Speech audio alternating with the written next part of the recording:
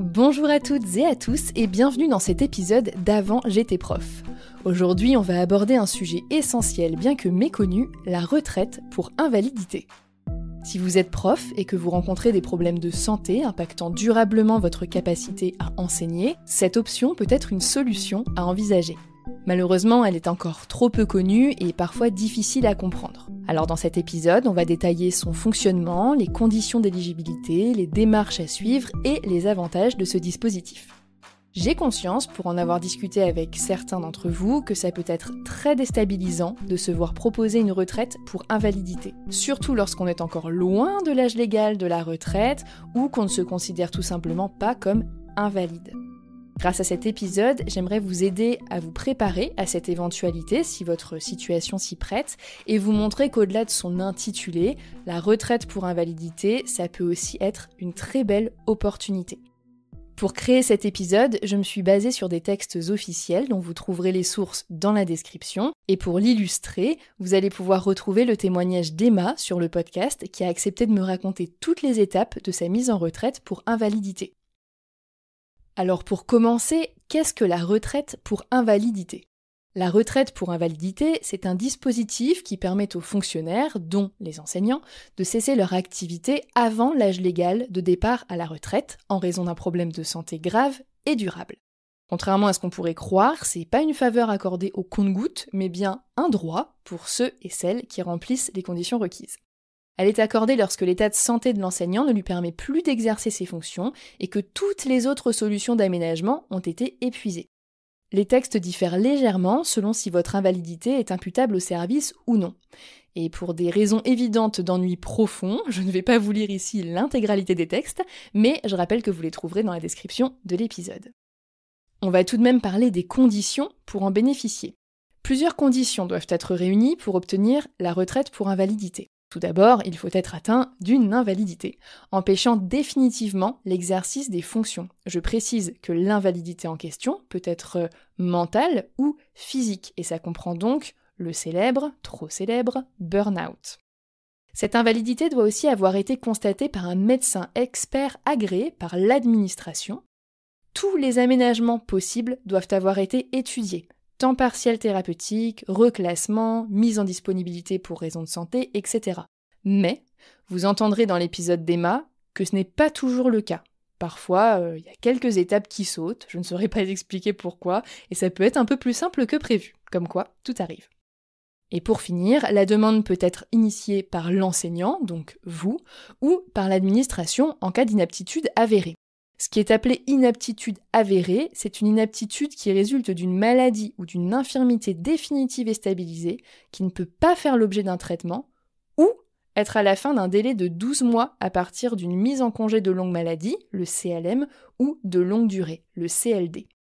Contrairement à d'autres dispositifs, il n'y a pas de durée minimale de service exigée pour bénéficier de ce type de retraite, ce qui la rend accessible même pour les enseignants en début de carrière.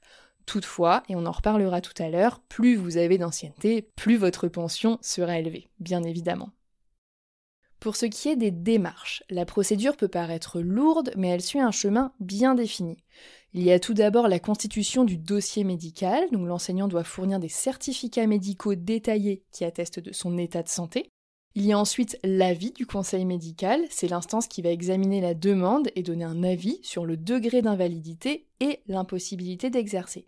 Pour ce qui est du degré d'invalidité, dans la description de l'épisode, je vous ai glissé un site internet dans lequel vous trouverez le barème en ligne de ces différents degrés en fonction des pathologies. C'est un dossier de 147 pages, ça va de la tumeur aux troubles de la vision, de l'audition, santé mentale, santé physique, problèmes respiratoires, etc., etc.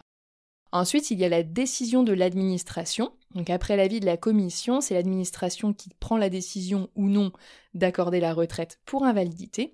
Et enfin vient le calcul de la pension, puisqu'une fois accepté, le montant de la pension est calculé en fonction des années de service et du traitement indiciaire. Tout au long de ce parcours, il est généralement conseillé de se faire accompagner par un médecin expert et éventuellement par un syndicat ou une association spécialisée. Je vous parlais à l'instant de pension. Comment est-elle calculée ? La pension de retraite pour invalidité est calculée dans les mêmes conditions que la pension de retraite d'un fonctionnaire apte sur la base du traitement indiciaire brut qu'on détient depuis au moins 6 mois avant l'admission à la retraite.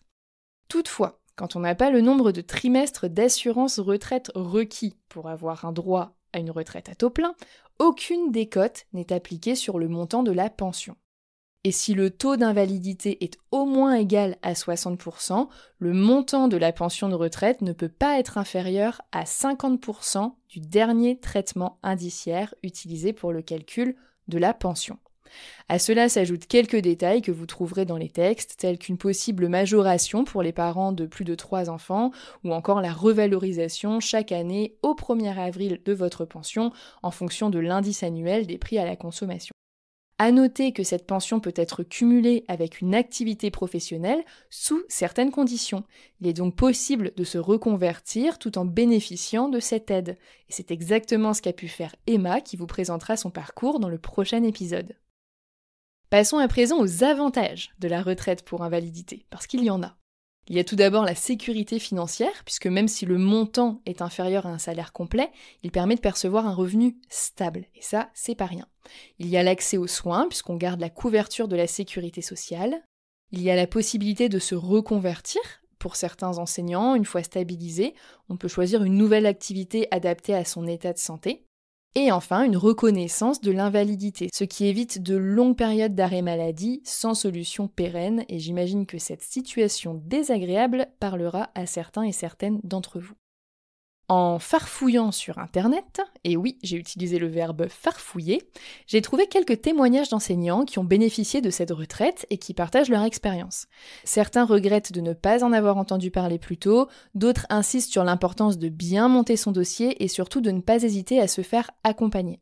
Donc si vous, un collègue ou un proche êtes concerné par cette situation, je vous recommande de consulter un médecin expert habitué à ce type de procédure, à vous renseigner auprès de syndicats, de votre gestionnaire, de votre RH de proximité, de votre conseiller mobilité carrière, de ne surtout pas baisser les bras face aux démarches administratives parce qu'elles en valent vraiment la peine, mais je sais que c'est plus facile à dire qu'à faire, surtout quand on est malade et ou très fatigué.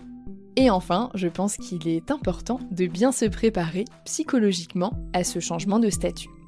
Bref, vous l'aurez compris, la retraite pour invalidité est une solution précieuse pour les enseignants confrontés à des problèmes de santé qui les empêchent de poursuivre leur carrière. Ce n'est pas un parcours simple, mais il a le mérite d'exister et il permet de garantir une certaine sécurité afin d'envisager une transition plus sereine. Si cet épisode vous a été utile, n'hésitez pas à le partager avec des collègues ou des proches qui pourraient être concernés.